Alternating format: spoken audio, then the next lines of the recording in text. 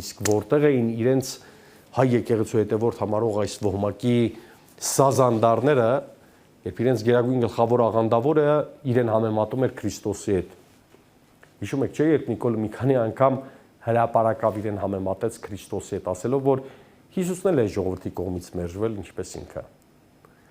Բացի մեծամտության մոլուցքը եւ սնապարծությունը, որն ամենամեծ մեղքերից է, սա ինչ կարելի է որակել։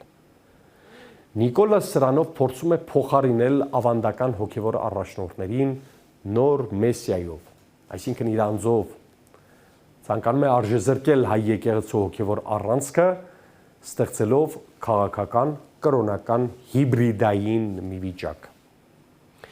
Տեսեք, եթե փորձենք փաստերը կողք կողքի դնել եւ հասկանալ, թե ուր է տանում նիկոլականների այս արշավը ընդդեմ Գարեգին վեհապարի կամ որտեղ է թաղված շանգլուխը, ապա կհասկանանք, որ Նիկոլի խունտան միաժամանակ իրականացնում է քրիստոնեական համակարգի փոփոխության փորձ,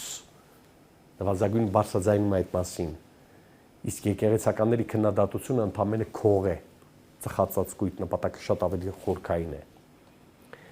Եվս մի քանի օրինակ հիշատակեմ։ 2019-ից սկսած շրջանառության մեջ դրվեց մի քանի նախագիծ, որով պետությունը կարող էր վերահսկել եկեղեցու գույքը, ֆինանսները, կրթական հաստատությունները, եղան նաև փորձել պետականացնելու եկեղեցու որոշ հողեր։